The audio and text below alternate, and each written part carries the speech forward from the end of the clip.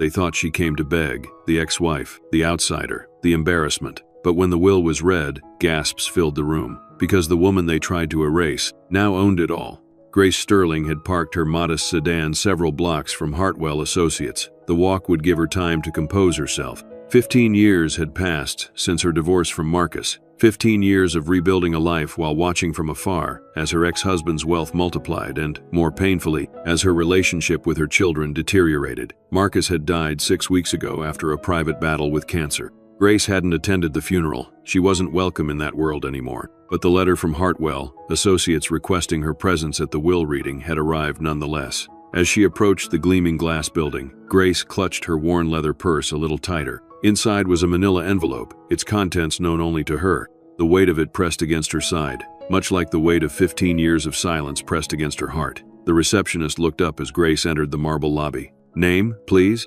"Grace Sterling," she replied softly. "I'm here for the Sterling will reading." The receptionist's eyes widened slightly in recognition before she composed herself. "Yes, Miss Sterling. 14th floor, the mahogany conference room. Everyone else has already arrived." Of course they had. Grace was punctual, not early, a small act of self-preservation. She wouldn't subject herself to any more time in that room than necessary. As the elevator ascended, Grace caught her reflection in the polished doors. Her silver-streaked hair was neatly styled, her makeup minimal but careful. She wasn't trying to compete with Vanessa's glamour. That would be futile, but she wouldn't appear beaten down either. The elevator announced the 14th floor with a soft chime. Grace took a deep breath and stepped into the corridor. Through the glass walls of the conference room, she could already see them. Vanessa, holding court in a designer black dress that probably cost more than Grace's monthly rent. Blake and Chloe, her own children, now 26 and 24, looking like perfect copies of their father with their confident postures and cold eyes. And several of Marcus's business associates, including Richard Kensington,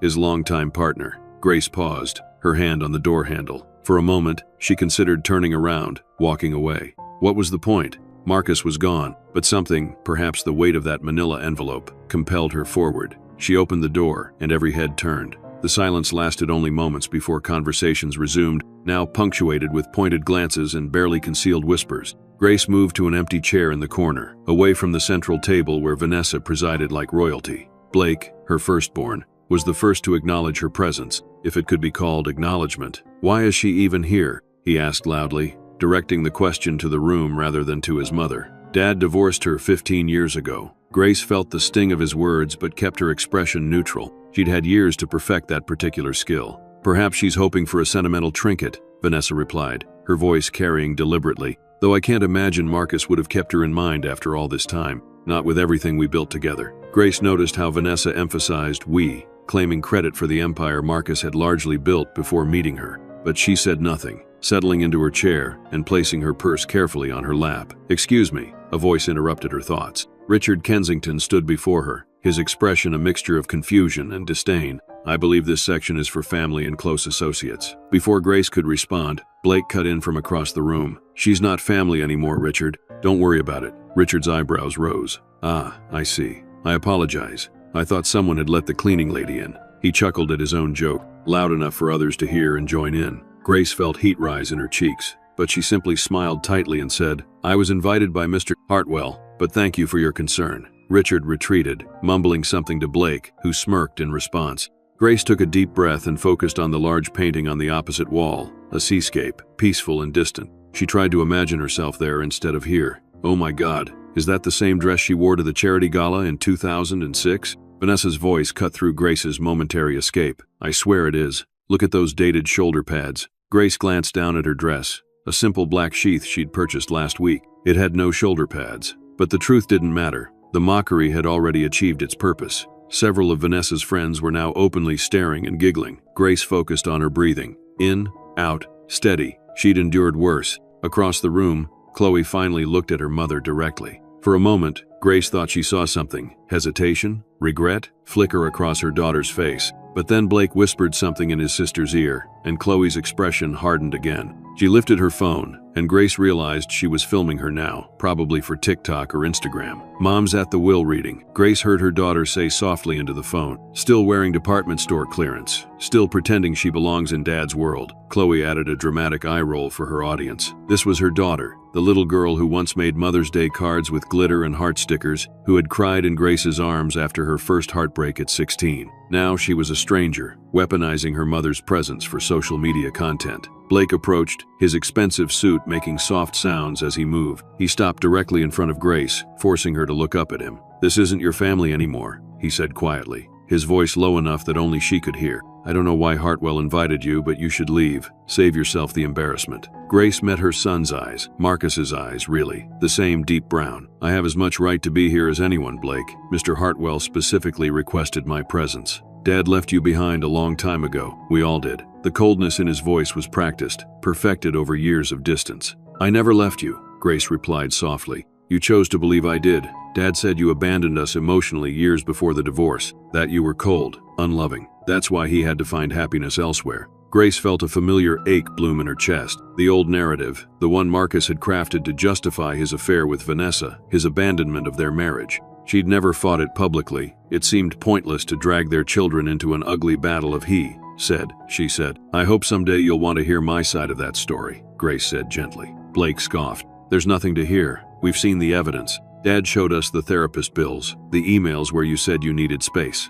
We know you checked out of our family long before Vanessa." Grace closed her eyes briefly. Those therapist bills were from her attempts to save their marriage when she discovered Marcus's first affair, not with Vanessa, but with his administrative assistant, 3 years before the divorce. The space email was taken completely out of context. She'd asked for a weekend to think after confronting him about suspicious credit card charges. Marcus had masterfully twisted everything to paint himself as the victim, and her as the cold, disinterested wife. "Blake, you were 11 when we divorced. There are things you couldn't possibly understand." "Save it," he interrupted, his voice rising slightly. "I'm not that little boy anymore, desperate for your approval. This isn't your family anymore. Dad made his choice, and so did we." With that, he turned and walked back to where Chloe sat, placing a protective hand on his sister's shoulder. The message was clear. They were a unit, and Grace was the outsider. A side door opened, and a young assistant entered. "Mr. Hartwell will begin the reading in 5 minutes. Please take your seats at the conference table." There was a shuffling as everyone moved to claim their places.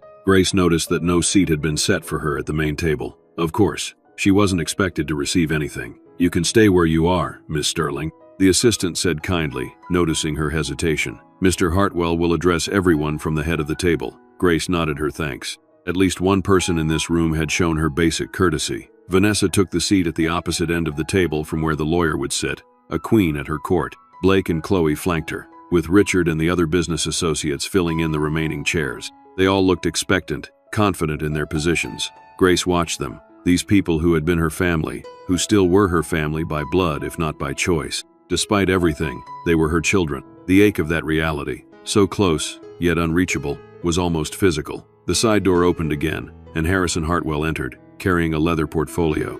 Tall, silver-haired, with wire-rimmed glasses and an immaculate suit, he embodied the gravitas of old money law. Grace had met him only once before, during the divorce proceedings. He hadn't been Marcus's lawyer then. Marcus had hired a shark from a cutthroat firm in the city, but Hartwell had been handling the Sterling family's legal affairs for the past decade. "Good afternoon," Hartwell said, his voice deep and measured. "Thank you all for coming today. As you know, we are here to read the last will and testament of Marcus James Sterling, who passed away 6 weeks ago after a brief illness." Vanessa dabbed at her eyes with a monogrammed handkerchief. The gesture seemed practiced, theatrical. Grace wondered if there had been any genuine tears. "Before we begin," Hartwell continued, "I want to acknowledge that this is a difficult time for all of you. Mr. Sterling was a remarkable man who touched many lives, and his loss is deeply felt." There were solemn nods around the table. Grace remained still, her hands folded in her lap. Remarkable was one word for Marcus. Complicated would be another. Mr. Sterling's will was updated 6 months ago, with 2 witnesses present and all legal requirements fulfilled. I personally oversaw the process, and I can attest that Mr. Sterling was of sound mind and under no duress when he made these decisions. Grace noticed a flicker of surprise cross Vanessa's face. 6 months ago. That would have been after Marcus's diagnosis, but before his condition deteriorated significantly. After their reconciliation had begun, but before the full depth of their renewed connection, I will now read the will in its entirety, Hartwell said, opening his portfolio and removing several sealed documents. He adjusted his glasses and began. I, Marcus James Sterling, being of sound mind and body, do hereby declare this to be my last will and testament, revoking all previous wills and codicils. Grace felt herself tensing as Hartwell worked through the formal legal language. Around the table, the beneficiaries were leaning forward slightly, their anticipation palpable. Vanessa looked confident, a slight smile playing at the corners of her lips. Blake and Chloe appeared more reserved, but there was expectation in their postures.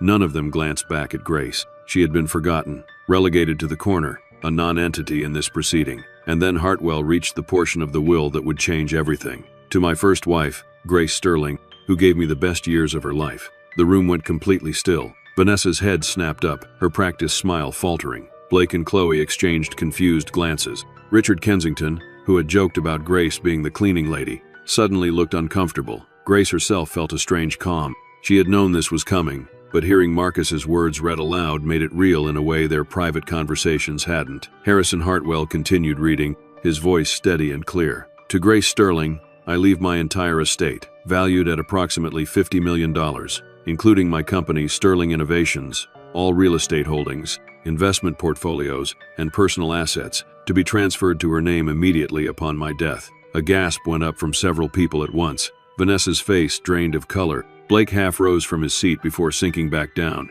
his expression stunned. This is impossible, Vanessa whispered. Hartwell paused, looking over his glasses at the widow. Mrs. Sterling, please allow me to finish the reading. That's not legal, Vanessa sputtered. I'm his wife, his current wife. The will is entirely legal, Mrs. Sterling. If you'll allow me to continue, Mr. Sterling has made provisions for you as well. Vanessa fell silent, but her breathing was rapid, her knuckles white where she gripped the edge of the table. To my current wife, Vanessa Sterling, Hartwell read, I leave the sum of $100,000 to be paid in a single lump sum, and her personal belongings currently in our shared residence. $100,000, a pittance compared to the $50 million Grace had just been granted. Vanessa made a sound like a wounded animal. To my son, Blake Sterling, I leave the sum of $50,000 in forgiveness of his outstanding college loans and personal debts to me, which total approximately $230,000. Blake's face flushed dark red. He opened his mouth to protest, but Hartwell raised a hand to silence him. To my daughter, Chloe Sterling, I leave the sum of $50,000 and forgiveness of her outstanding college loans and personal debts to me, which total approximately $180,000. Chloe's eyes were wide, her phone forgotten on the table in front of her. For the first time since Grace had entered the room, her daughter looked directly at her, not with hostility, but with bewilderment. Hartwell continued, detailing smaller bequests to charity organizations and longtime employees. But the bombshell had already dropped. The vast majority of Marcus Sterling's fortune, the company he had built, the homes he had acquired, the wealth he had accumulated, now belonged to the woman he had divorced 15 years ago. The woman currently sitting quietly in the corner, her hands still folded in her lap. When Hartwell finished reading, there was a moment of stunned silence. Then, predictably, chaos erupted. This is fraud, Vanessa shouted, rising to her feet. She must have manipulated him when he was sick. I demand this will be contested. Blake jumped up as well. Dad would never do this. She must have tricked him somehow. Richard Kensington looked physically ill. The company. He left the company to her? Only Chloe remained seated, her expression unreadable as she stared at her mother. Hartwell raised his voice above the din. I can assure all of you that this will is completely legal and was executed with all proper protocols. Mr. Sterling was of sound mind and explicitly clear about his wishes. I don't accept this, Vanessa hissed, her carefully maintained appearance beginning to crack under the strain of her anger. I was with him for 10 years. I was with him when he died. She wasn't even at the funeral. Mrs. Sterling, please sit down, Hartwell said firmly. There is more to the will than the distribution of assets. Reluctantly, Vanessa returned to her seat, though she remained perched on the edge, ready to spring up again. Mr. Sterling left a letter to be read at this time, Hartwell continued, removing an envelope from his portfolio. He specifically requested that I read it aloud to everyone present. Grace felt her heart rate increase. She knew about the letter. Marcus had told her he was writing it, but she didn't know its exact contents. This was the moment she had both anticipated and dreaded. Hartwell opened the envelope and unfolded several pages of what appeared to be handwritten text. Marcus's handwriting, Grace recognized, even from across the room. In his final months, as the cancer weakened him, his once bold script had become shakier, but he had insisted on writing this himself, rather than dictating it. My dear family and friends, Hartwell began reading. If you're hearing this, then I have passed on. I hope it was peaceful at the end. I hope I had time to say all that needed saying to each of you. But in case I didn't, this letter will have to suffice. There was a catch in Hartwell's voice, a rare display of emotion from the normally composed attorney. He had known Marcus for decades, Grace realized. This was difficult for him too. I know my decision regarding my estate will come as a shock to most of you. Perhaps you feel betrayed, angry, confused. I understand those feelings. I've caused my share of pain in this life, and perhaps this final act seems like one more hurt. But I assure you, this decision was made with clear eyes and a full heart.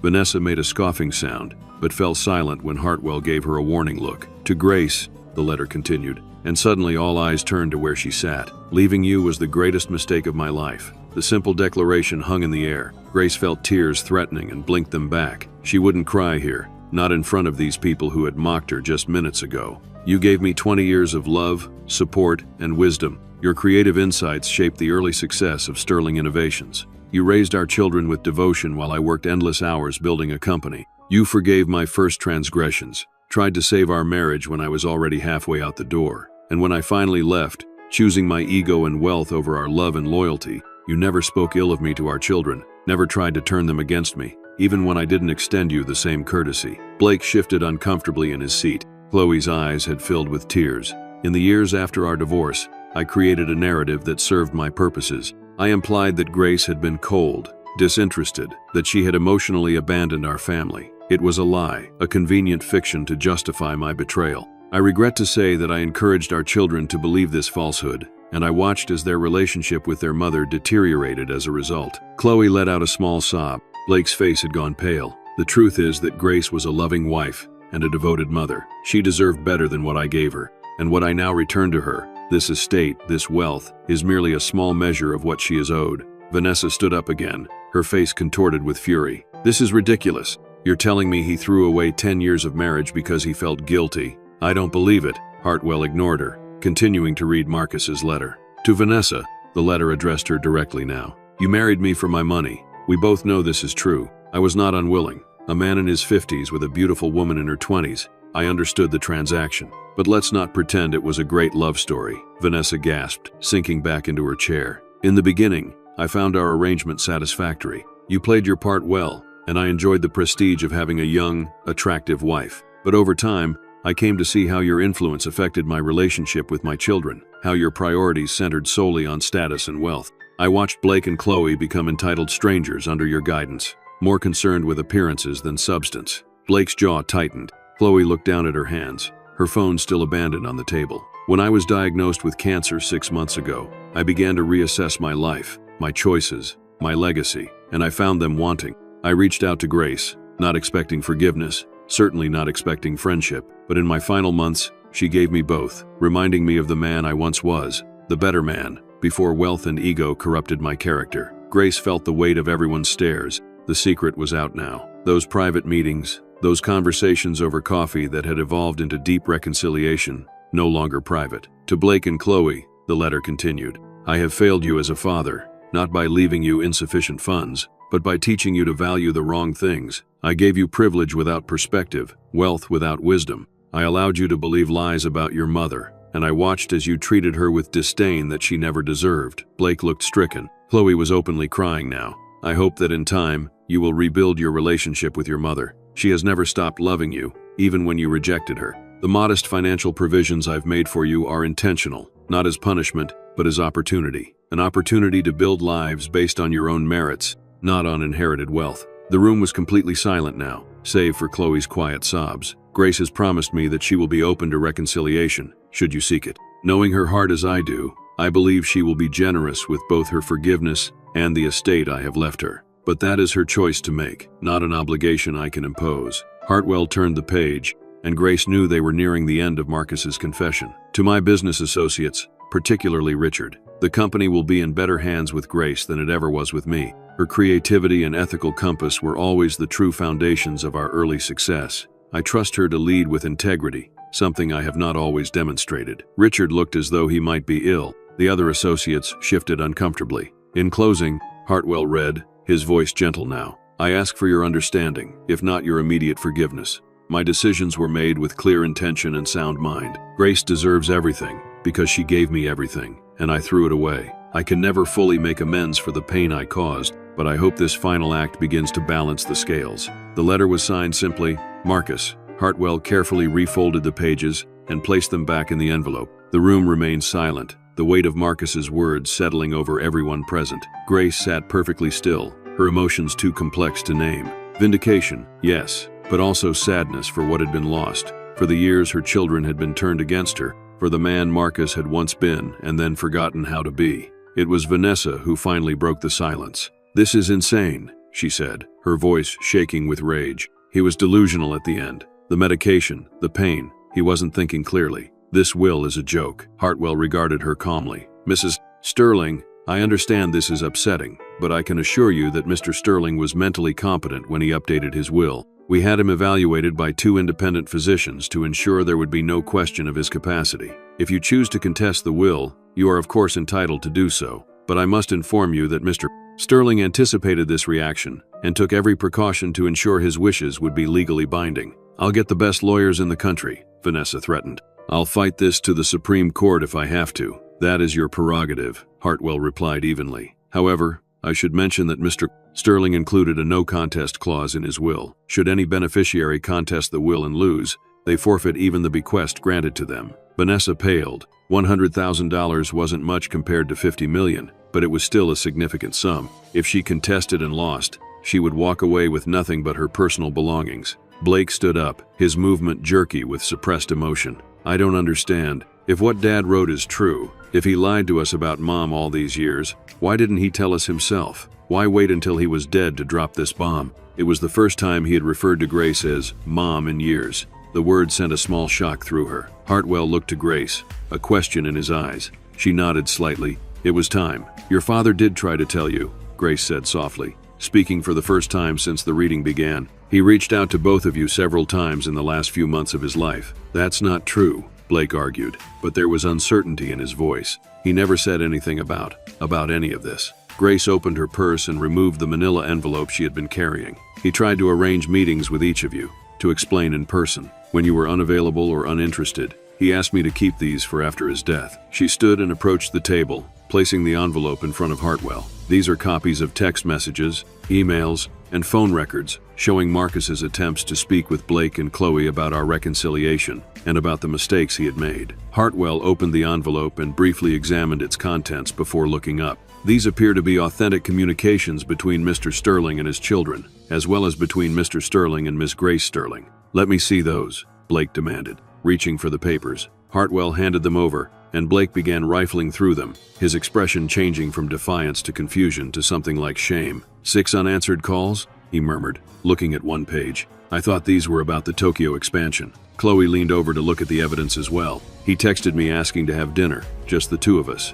to discuss important matters about our family. I was in Cabo with friends. I told him I was too busy." The realization that their father had tried to tell them the truth, and they had been too caught up in their privileged lives to listen, seemed to hit both siblings simultaneously. "There's more," Grace said quietly. She reached into her purse again and removed a small digital recorder. "Your father knew you might not believe the will or the letter. He asked me to play this for you if that was the case." She placed the recorder on the table. After a moment's hesitation, she pressed the play button. Marcus Sterling's voice filled the room, weaker than in his prime, marked by illness, but still unmistakably his. "Blake, Chloe, if you're hearing this, then I wasn't able to have our conversation in person, and now it's too late. I'm so sorry for that failure, one of many in my life." Chloe covered her mouth with her hand. Blake stood rigid, his eyes fixed on the recorder as if he could see his father through it. "Everything in my will is true. I lied to you both about your mother. Grace was never cold or disinterested. She fought for our marriage long after I had betrayed her trust.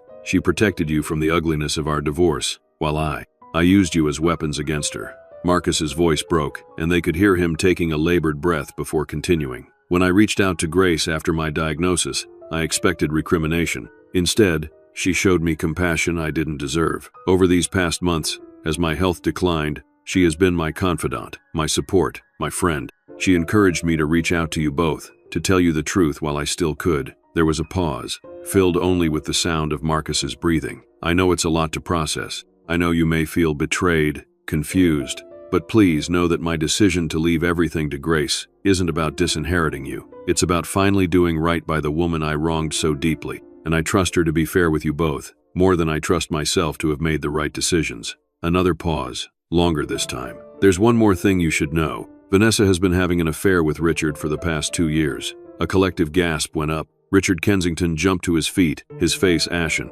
Vanessa froze, her eyes wide with panic. "I've known for some time," Marcus's recorded voice continued calmly. "It was Grace who discovered it, actually, not out of malice or investigation, but by chance. She saw them together in the city and recognized Richard. She felt I should know, and she was right." Richard was already backing toward the door. Vanessa remained paralyzed in her seat. "I confronted them both separately." Richard confessed immediately, offered his resignation. "I declined to accept it then. The company needed stability with my illness advancing." Vanessa denied everything, of course, but the evidence was irrefutable. Vanessa finally found her voice. "He's lying! This is all a setup." But her protest rang hollow as Richard Kensington slipped out of the room without defending her. "I'm not telling you this to hurt you," Marcus's voice continued, addressed again to his children, "but to help you understand why I've made the choices reflected in my will, and perhaps to help you see that appearances can be deceiving. The story you've believed about your mother, about our family, it wasn't the truth." There was a long silence on the recording, broken only by Marcus's increasingly labored breathing. When he spoke again, his voice was softer, more vulnerable. "I hope someday you can forgive me, not just for the lies, but for the years of relationship with your mother that I stole from you. Grace has never stopped loving you both. Remember that. I love you too, despite my failures as a father. Goodbye." The recording ended. The room was utterly silent. The silence stretched on for what felt like minutes, though it was likely only seconds. Grace stood beside the table, her hand still resting on the recorder, her eyes downcast. She hadn't wanted it to be like this public unraveling of secrets, this dramatic revelation. Marcus had always had a flair for the theatrical, even at the end. Vanessa was the first to recover. Her shock and panic quickly morphed back into anger. "This is a complete fabrication," she spat, looking around the room wildly, as if seeking allies. "Richard and I are colleagues. There's never been anything inappropriate between us." Marcus was paranoid at the end. The medication, the pain, it made him see things that weren't there. No one responded to her denial. The hasty exit of Richard Kensington had spoken volumes. Blake had sunk back into his chair, the papers from the manila envelope scattered in front of him. He looked shell-shocked, staring at the messages he had ignored from his father. Chloe was the first to speak. "Mom?" she said tentatively, using the title that had been absent from her vocabulary for so long. "You and Dad reconciled before he died?" Grace nodded, finally raising her eyes to meet her daughter's. "Yes, about 7 months ago, shortly after his diagnosis, he contacted me. We met for coffee. It was difficult at first. But why didn't you tell us?" Chloe asked, her voice small. "Why the secrecy?" "He wanted to tell you himself," Grace replied gently. "He felt it was his responsibility to correct the narrative he had created. I agreed with him. It wasn't my place to undermine your relationship with your father while he was still alive. So all those business trips he was taking," Blake muttered, piecing things together. "He said he was meeting with specialists, getting treatments. Some of those were medical trips," Grace confirmed. "But yes, some of them were times we spent together, talking mostly, working through 15 years of hurt and misunderstanding." "Working through?" Vanessa sneered. "Sounds like you were manipulating a dying man. How convenient that you forgave him just in time to get your hands on his money." Grace turned to Vanessa, her expression calm. "I understand you're hurt and angry, but Marcus contacted me, not the other way around. And if you know anything about forgiveness, you'd know it benefits the forgiver as much as the forgiven. I wasn't carrying around bitterness for 15 years. I had moved on with my life. The reconciliation was about healing, not about money." "A very pretty speech," Vanessa said coldly. "I'm sure the judge will love it when we contest this ridiculous will." Hartwell cleared his throat. "Mrs. Sterling, I strongly advise you to consult with independent counsel before pursuing that course of action. As I mentioned, the no contest clause would leave you with nothing if your challenge fails, which, given the precautions Mr. Sterling took, is the likely outcome." Vanessa glared at him.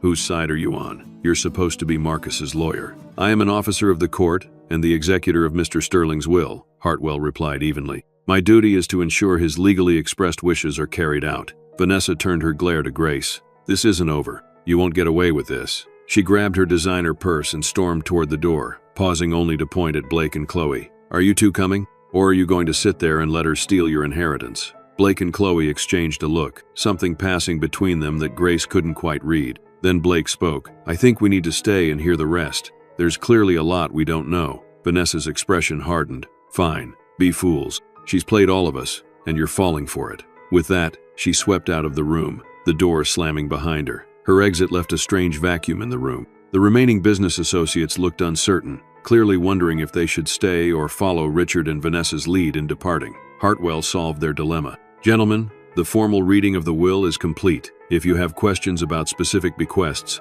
my assistant will be happy to address them in the anteroom. I believe the Sterling family could use some privacy now. The men nodded, gathering their things and filing out quietly. Several of them glanced back at Grace with new eyes, no longer the dismissed ex-wife, but the new owner of Sterling Innovations. When the door closed behind the last of them, only Grace, Blake, Chloe, and Harrison Hartwell remained in the room. I should step out as well, Hartwell said gently, unless you have immediate legal questions. Grace shook her head. Thank you, Harrison. I think we need some family time now. The lawyer nodded, gathering his portfolio. I'll be in my office when you're ready to discuss next steps. Take all the time you need. He exited discreetly, leaving Grace alone with her children for the first time in years. An awkward silence fell. Blake fiddled with the papers in front of him, seemingly unable to meet his mother's eyes. Chloe stared at the digital recorder, as if it might speak again. I know this is a lot to process, Grace said finally, taking a seat at the table across from them. I'm sorry it happened this way. Your father wanted to tell you himself.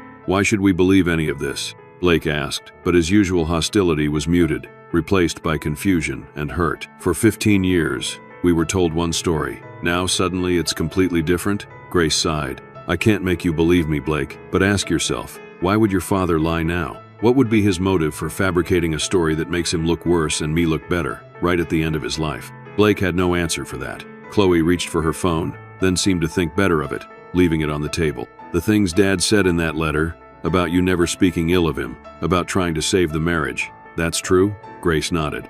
After the divorce, I made a point never to criticize your father in front of either of you. I thought it would only hurt you to be caught in the middle. And yes, I did try to save our marriage. Twice, actually. Once after his first affair, which you probably never knew about, and again when I discovered he was seeing Vanessa. First affair? Blake repeated, his brow furrowing. What are you talking about? 3 years before the divorce, your father had a brief relationship with his assistant, Melissa. I found out, confronted him, and he ended it. We went to counseling. Those were the therapy bills he later showed you, but he misrepresented why we were there. We worked through it, or I thought we had. Chloe's eyes widened, but Dad always said you were the one who was distant, who fell out of love. That narrative served his purposes, Grace said gently. It was easier to cast me as the villain than to admit he had betrayed our marriage, twice, and I chose not to fight that narrative publicly. Perhaps that was a mistake. So all those times you missed events, when you couldn't come to games or recitals during the divorce, Blake began. I was there,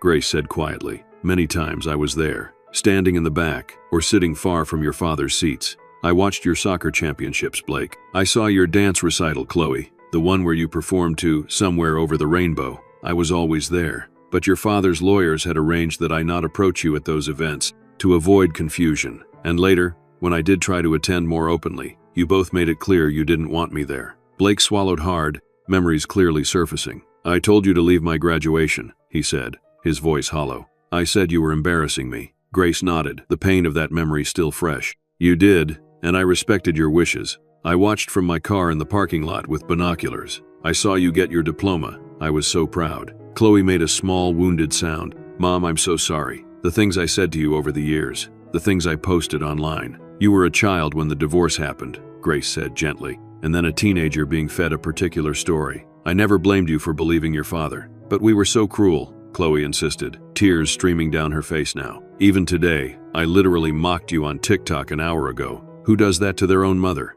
Grace reached across the table and took her daughter's hand. It was the first physical contact they had shared in years. We can't change the past, Chloe, but we're here now. Blake was still struggling, his jaw working as he processed 15 years of beliefs being upended. These meetings with Dad, these past few months, what did you talk about? Grace considered how to answer. There had been so many conversations, so many layers of hurt and healing to work through. At first, he just wanted forgiveness, she said carefully. He was facing his mortality and taking stock of his life. But over time, our conversations evolved. We talked about you both, about his regrets as a father, about the company. He was worried about the legacy he was leaving, not just financially, but morally. And he was concerned about the people he was leaving behind. People like Vanessa, Blake said, a new edge in his voice. Grace nodded. Your father knew she didn't love him. I think he had known for a long time. But facing death has a way of stripping away the comfortable illusions we maintain. And she was really having an affair with Richard? Chloe asked, her expression troubled.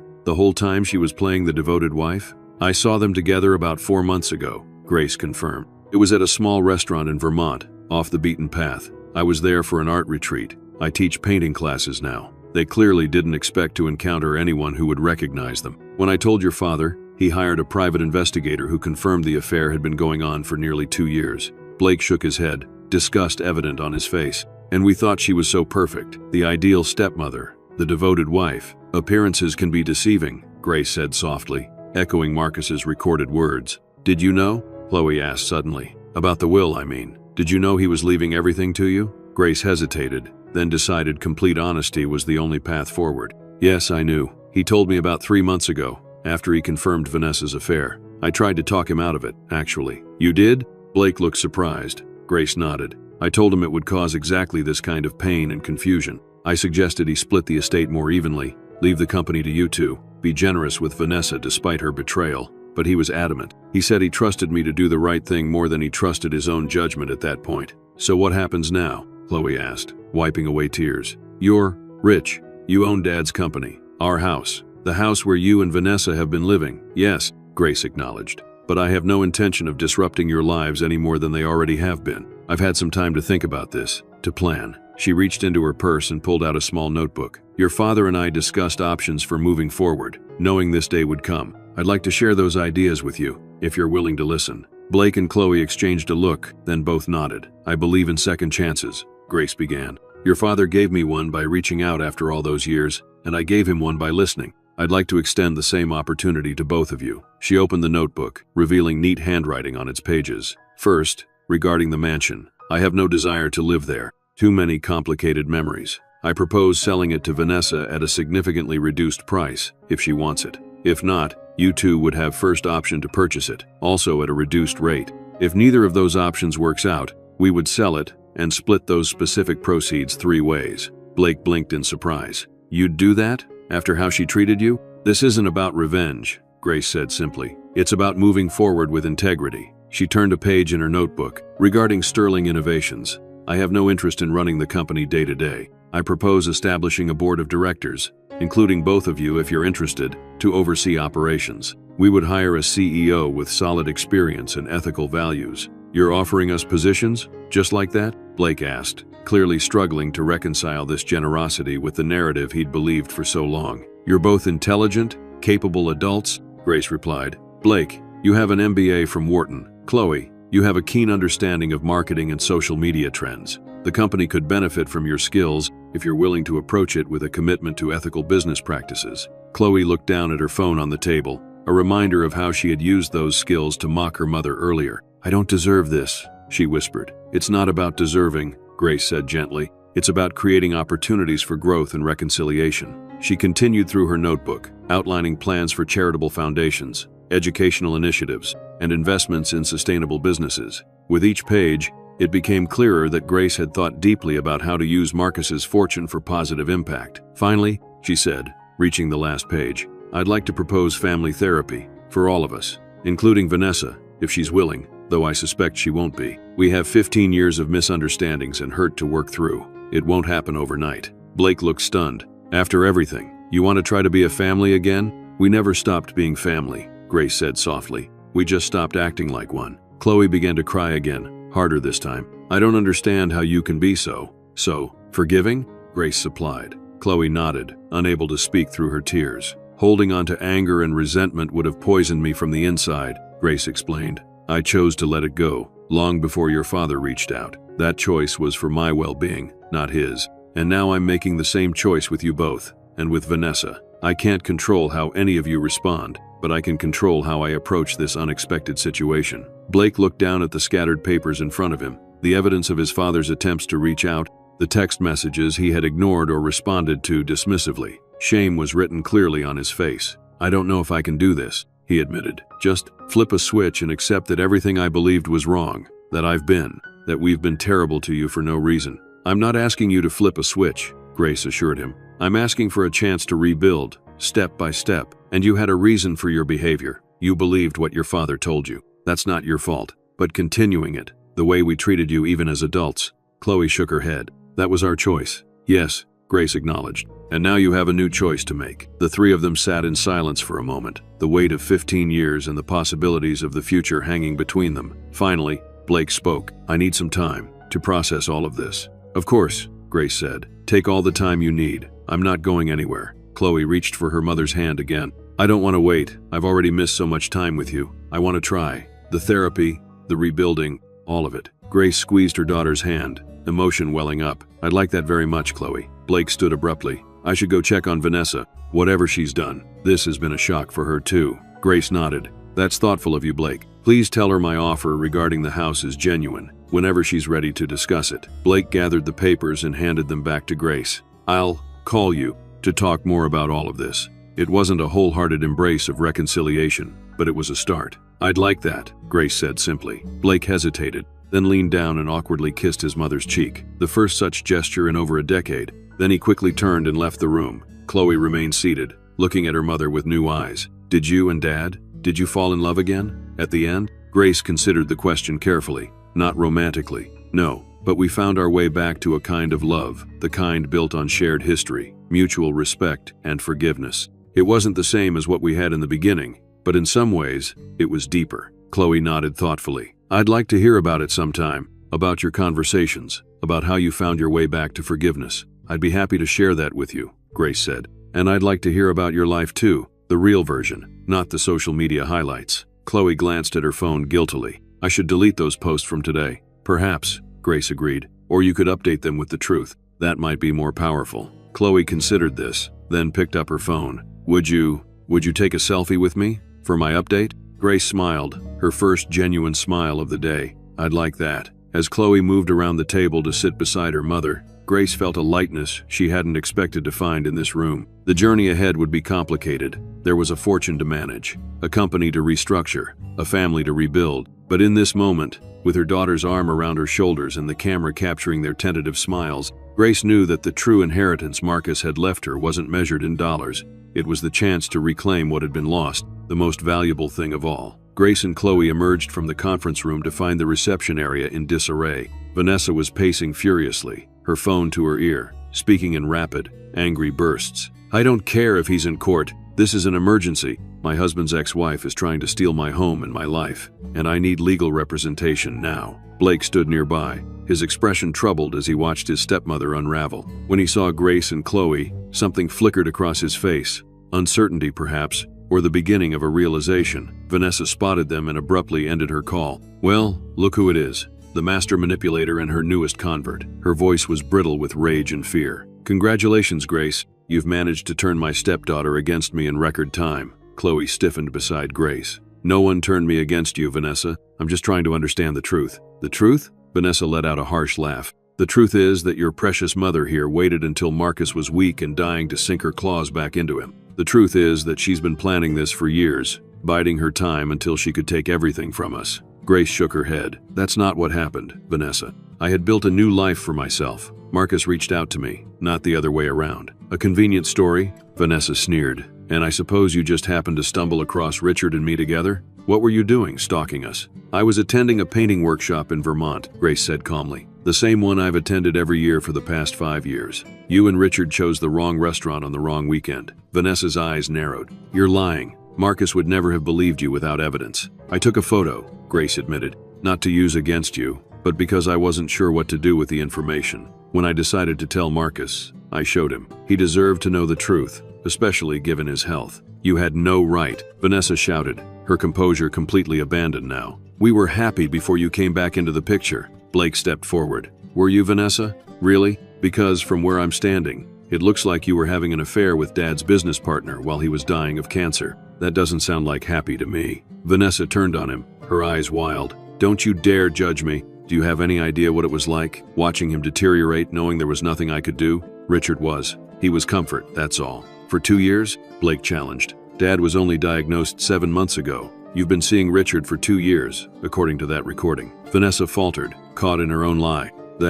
Marcus was exaggerating. It wasn't that long. It doesn't matter how long it was, Grace interjected gently. What matters is what we do now. Vanessa, despite everything, I want you to know that my offer regarding the mansion is genuine. You can purchase it at a significantly reduced price if you wish to continue living there. Vanessa stared at her in disbelief. Why would you do that? Why not just throw me out on the street? It's what I would do in your position. I'm not you, Grace said simply, and spite is a poison I choose not to drink. Vanessa's expression hardened. I don't need your charity. I'll contest the will, and when I win, I'll throw you out on the street. We'll see how magnanimous you feel then. That's your right, Grace acknowledged. But as Mr. Pleasenson, Hartwell explained, if you contest and lose, you'll forfeit the $100,000 Marcus left you. Is that a risk you're willing to take? Uncertainty flickered across Vanessa's face, quickly replaced by defiance. Marcus left me nothing compared to what I deserve. 10 years of marriage, and I get a pittance while you get 50 million? It's obscene.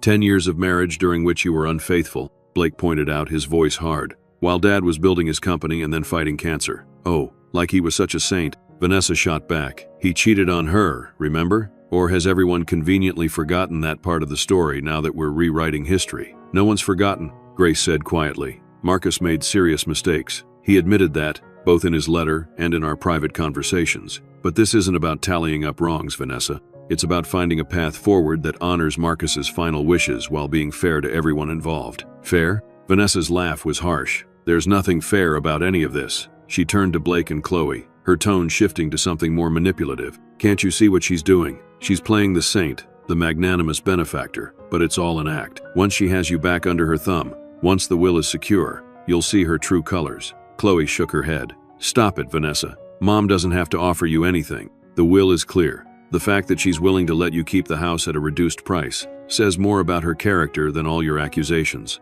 Mom? Vanessa repeated incredulously. You're calling her mom now? After 15 years of barely acknowledging her existence? After all the things you've said about her? Shame colored Chloe's cheeks, but she stood her ground. Yes, she is my mother, and I've wasted too many years believing lies about her. Vanessa turned to Blake, her last hope. Blake, surely you're not falling for this too. Think about it. If she was so innocent, why didn't she fight harder for you two during the divorce? Why did she just disappear from your lives? She didn't disappear, Blake said slowly, the realization seeming to dawn on him as he spoke. We pushed her away. Dad encouraged it, and we were kids. We believed him. And now you believe her? Vanessa demanded. Just like that? Blake looked at Grace, really looked at her, perhaps for the first time in years. I don't know what I believe yet, but Dad's letter, the recordings, the evidence, it's a lot to ignore. And if he really did try to reach out to us in those last months, he did, Grace confirmed softly. Almost every week, he was afraid time was running out, and he was right.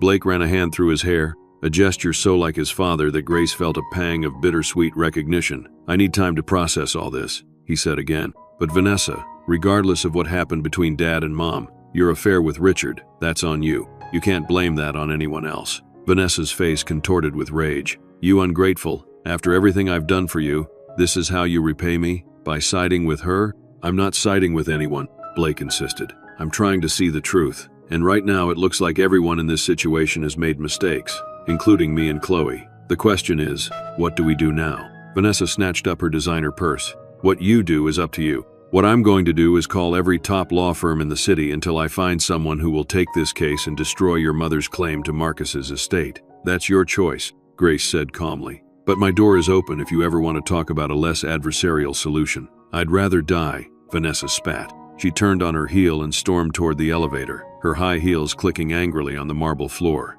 As the elevator doors closed behind her, the three remaining Sterlings stood in awkward silence. She won't let this go easily, Blake finally said. She's used to getting her way. I know, Grace acknowledged. And she may very well contest the will, but Mr. Hartwell seems confident it will stand. Marcus was very thorough. He usually was, Blake said, a hint of admiration in his voice. When he set his mind to something, nothing could stop him. Chloe finished, a small smile touching her lips. Remember when he decided we needed to learn sailing, and he bought that ridiculous yacht none of us knew how to operate? Blake chuckled despite himself. We spent more time being rescued by the Coast Guard than actually sailing. Grace smiled at the memory. He insisted it was part of the learning process. Sterlings don't quit just because something's hard, he used to say. You remember that? Blake looked surprised. I remember everything about our family, Blake, Grace said softly. Every birthday, every school play, every soccer game. Being excluded from your lives didn't mean I stopped caring about you. Blake looked away, clearly uncomfortable with the emotion welling up.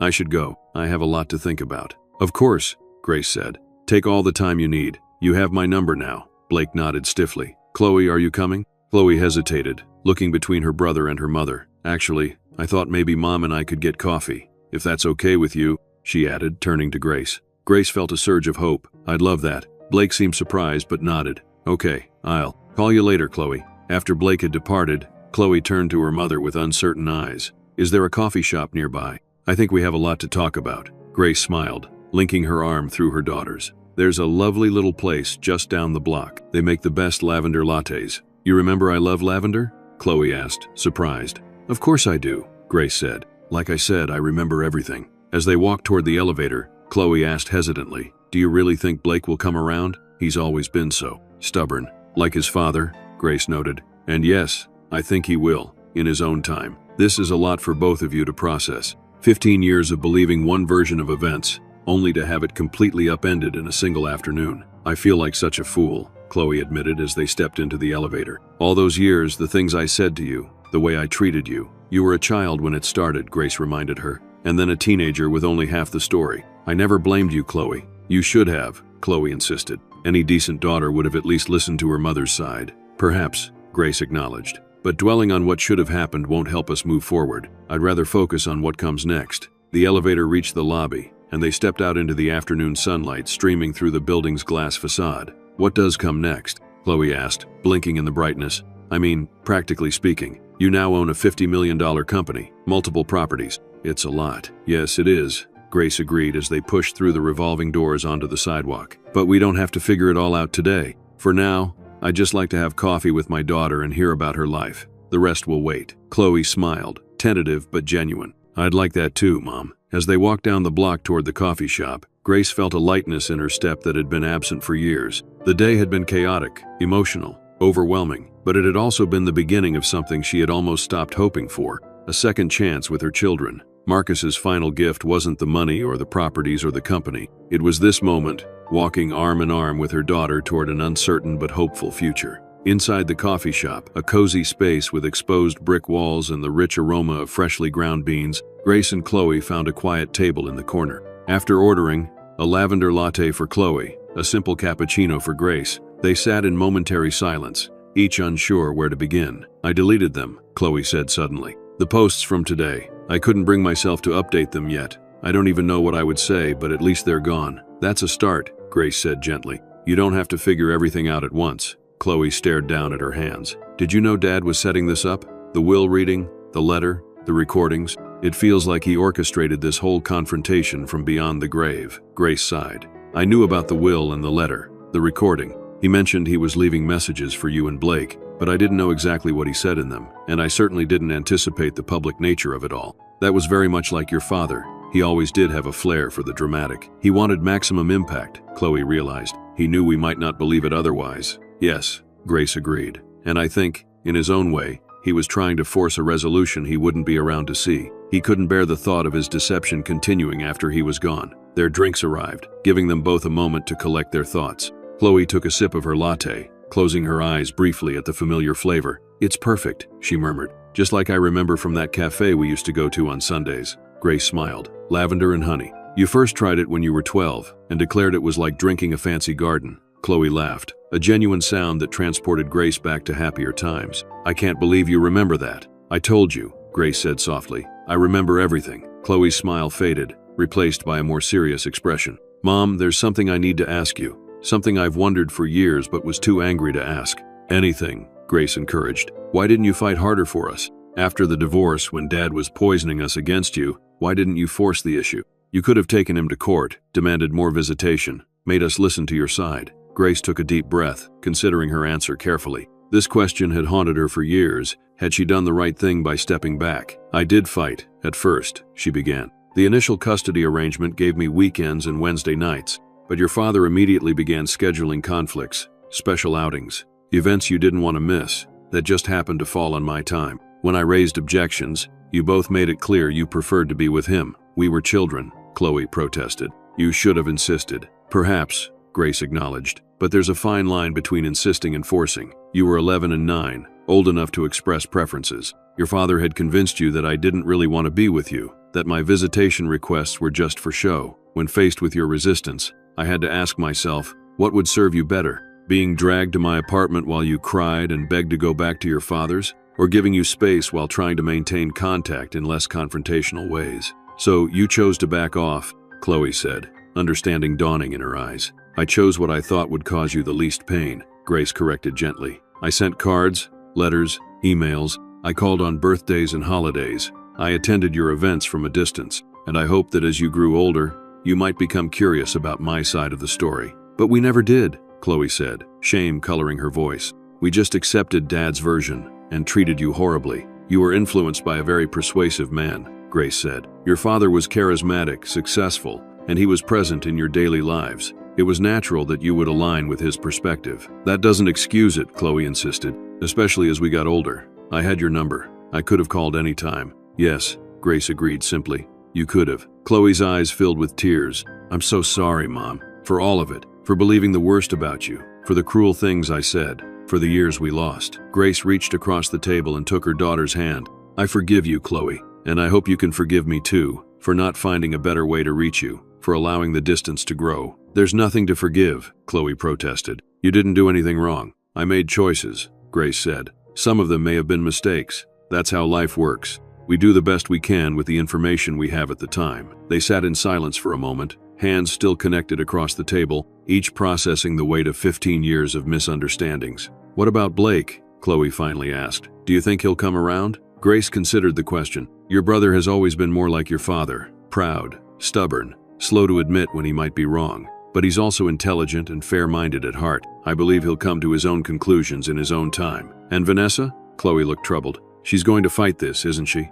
Most likely, Grace agreed. But as Mr. Hartwell said, your father took precautions. The will should stand. I still don't understand why you're being so generous with her, Chloe admitted, offering to sell her the house at a reduced price. After how she treated you? I saw those Instagram stories she was posting earlier. They were vicious. Grace smiled slightly. Holding on to anger serves no purpose, Chloe. It doesn't hurt Vanessa. It only hurts me. And practical considerations aside, I genuinely believe that responding to cruelty with kindness is the better path. Not because Vanessa deserves it, but because it's the kind of person I want to be. Chloe shook her head in wonder. I don't know if I could be that forgiving. You might surprise yourself, Grace said. Forgiveness isn't something you're born with. It's a skill you develop through practice. And it's not about condoning what was done to you. It's about freeing yourself from the burden of resentment. Is that what happened with you and Dad? You practiced forgiveness until it became real? Grace considered this. In a way, yes. When he first reached out, I was skeptical, but I agreed to meet him because I was curious, and because holding on to anger had long since ceased to serve any purpose in my life. As we talked, really talked, honestly, for the first time in years, I found that forgiveness came more easily than I expected. Not all at once, but gradually, as I saw his genuine remorse and his desire to make amends. And now? Chloe asked. How do you feel about him now that he's gone? Grace's eyes grew distant. I feel at peace. The man I knew at the end was closer to the man I married all those years ago than the man who left me. He found his way back to his better self, and I'm grateful I got to witness that. Chloe wiped away a tear. I wish I had known about the two of you reconciling. I wish I could have seen that version of Dad. He wanted to share it with you, Grace said softly. That's what all those calls and texts were about. He was trying to find the courage to tell you the truth. And we were too busy, Chloe said bitterly. Too caught up in our own lives to make time for our dying father. Don't be too hard on yourself, Grace advised. You didn't know how little time was left, and your father didn't make it easy. He was vague about why he wanted to meet, probably because he was nervous about your reaction. Chloe took another sip of her latte, her eyes thoughtful. So what happens now? With the company, the money, all of it. Now we take it one step at a time, Grace said. I meant what I said in the conference room. I have no interest in running Sterling Innovations day to day. I'd like to establish that board of directors, including you and Blake if you're interested. We'll hire a good CEO, someone with integrity and vision. You really want us involved? After everything? Of course, Grace said simply. You're my children, and you're both capable, intelligent adults with valuable perspectives. The company could benefit from your involvement, as long as you're committed to ethical business practices. And the rest of the money? Chloe asked. Dad left you $50 million.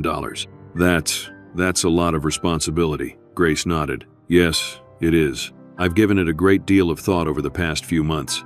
As your father and I discussed possibilities, a significant portion will go to charitable foundations, education for underprivileged children, cancer research, support for single mothers, causes that matter to me. And to Dad, In the end, Chloe added thoughtfully. Yes, Grace agreed. In those final months, he became much more reflective about what truly matters in life. Money and power seemed less important to him than legacy and amends. What about you? Chloe asked. Will you keep living in your apartment? Teaching art classes? Grace smiled. I'll find a slightly nicer place, I think. Something with better light for painting. And yes, I'll continue teaching. It brings me joy, and now I can do it without worrying about making ends meet. I can take on students who can't afford to pay, expand the program to reach more people. You really love it, don't you? Teaching art? I do, Grace said, her face lighting up. There's something magical about watching someone discover their creative voice, seeing them express something they couldn't put into words. Art was always my passion, even when I was helping your father build the company in those early days.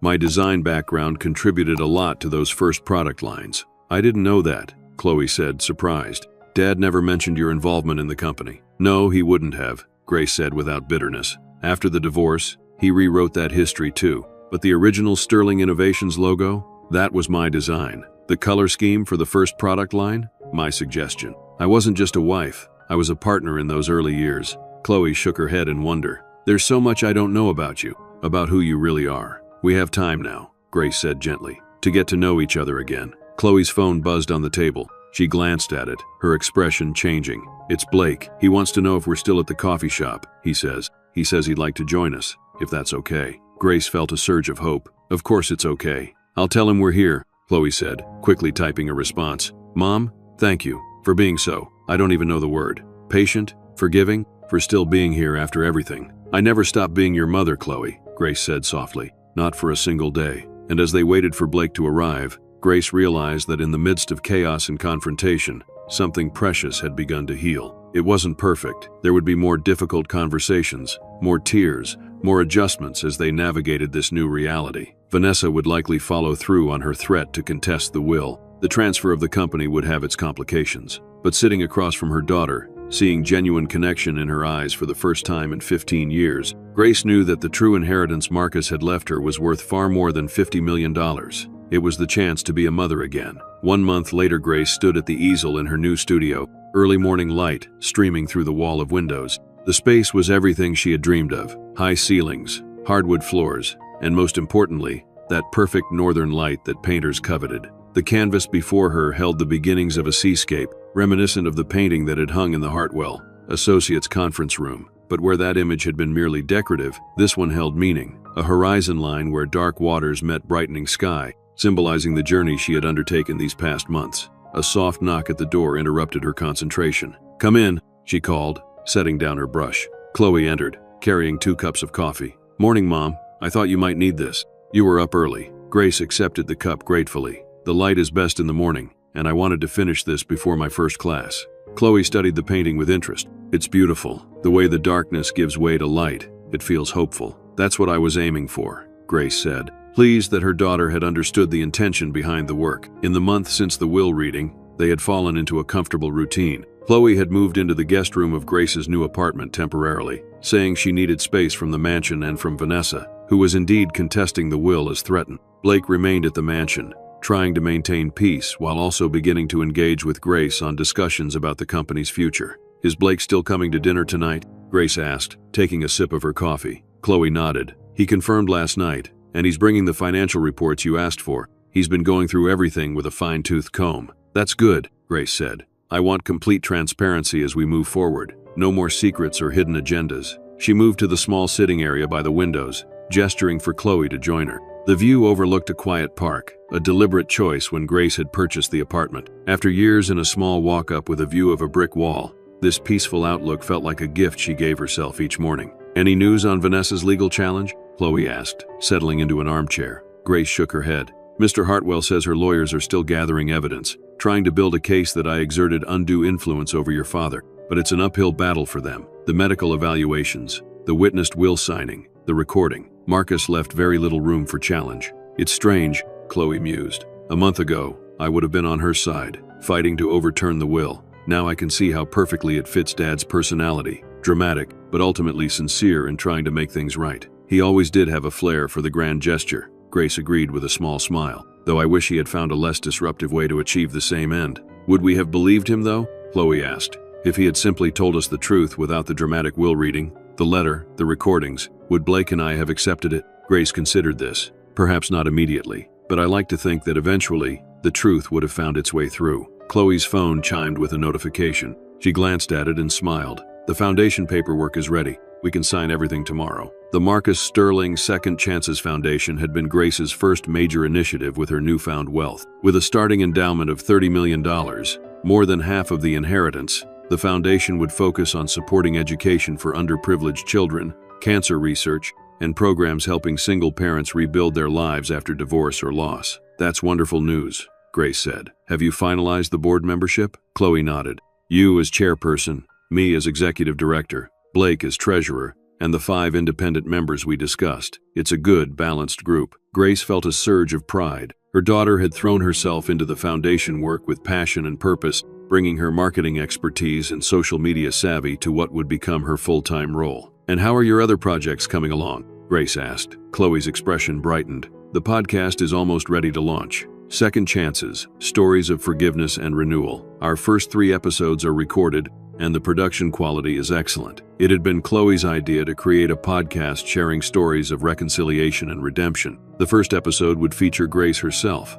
talking about her journey of forgiveness. Future episodes would include others who had found their way back from betrayal, estrangement, or loss. I'm a bit nervous about sharing our story so publicly, Grace admitted, but if it helps others find their way to forgiveness, it will be worth it. You don't have to do it, Chloe assured her. We can find another first guest. Grace shook her head. No, I want to. Authenticity matters. And speaking of authenticity, she hesitated, then continued. Have you spoken with your therapist about joining one of our sessions soon? After the will reading, Grace had gently suggested therapy for Chloe to process the upheaval of discovering her father's deception. To her surprise, Chloe had readily agreed. Grace had her own therapist as well, someone she had been seeing on and off for years. The next step would be joint sessions to work through their complex family dynamics. Yes, Chloe said. Dr. Phillips thinks next week would be a good time for you to join us. She says I've made good progress in understanding my role in our estrangement. I'm so proud of you, Grace said softly. The courage it takes to examine yourself that honestly.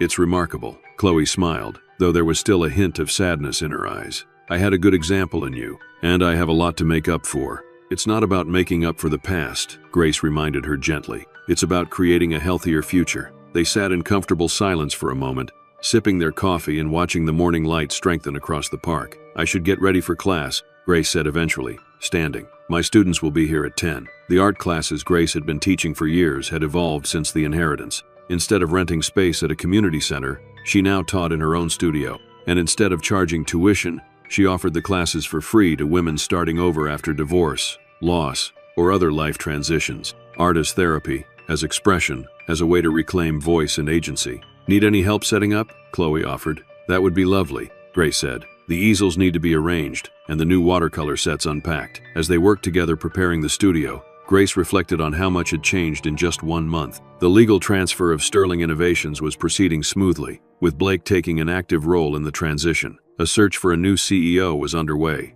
with promising candidates already identified. The mansion remained in limbo due to Vanessa's legal challenge, but Grace had made peace with whatever outcome might emerge. Most importantly, her relationship with her children was healing. Chloe had embraced reconciliation wholeheartedly, moving in temporarily while she looked for her own place, joining Grace for morning coffee and evening conversations that often stretched late into the night as they rediscovered each other. Blake was more cautious, still processing the revelation of his father's deception, still uncertain of his place in this new reality.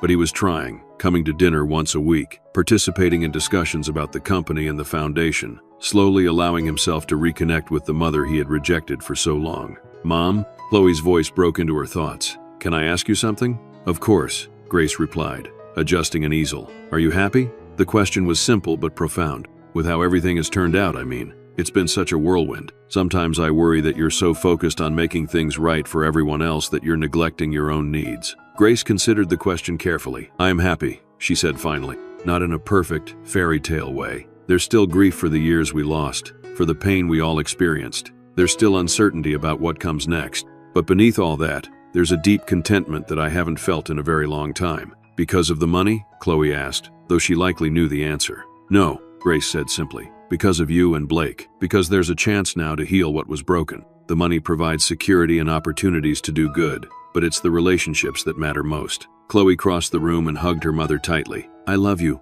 Mom. I'm sorry it took me so long to remember that. I love you too, Grace whispered, holding her daughter close. And you're here now. That's what matters. The doorbell rang, signaling the arrival of Grace's first student. As Chloe went to answer it, Grace turned back to her painting for a moment. The horizon line where darkness met light seemed even more significant now, a visual representation of their journey from estrangement to reconciliation, from bitterness to forgiveness. Marcus's final gift hadn't been the money or the company or the material possessions. It had been the chance to reclaim what truly mattered: family, love, and the opportunity to begin again with wisdom born of experience. As her students began to arrive, women of various ages, all seeking to rebuild their lives through creative expression, Grace welcomed them with genuine warmth. Teaching had always brought her joy, but now there was an added dimension to her work. Each woman in this room was on her own journey of healing and transformation. Grace could offer not only instruction and technique, but also living proof that second chances were possible. Around her neck, on a simple silver chain,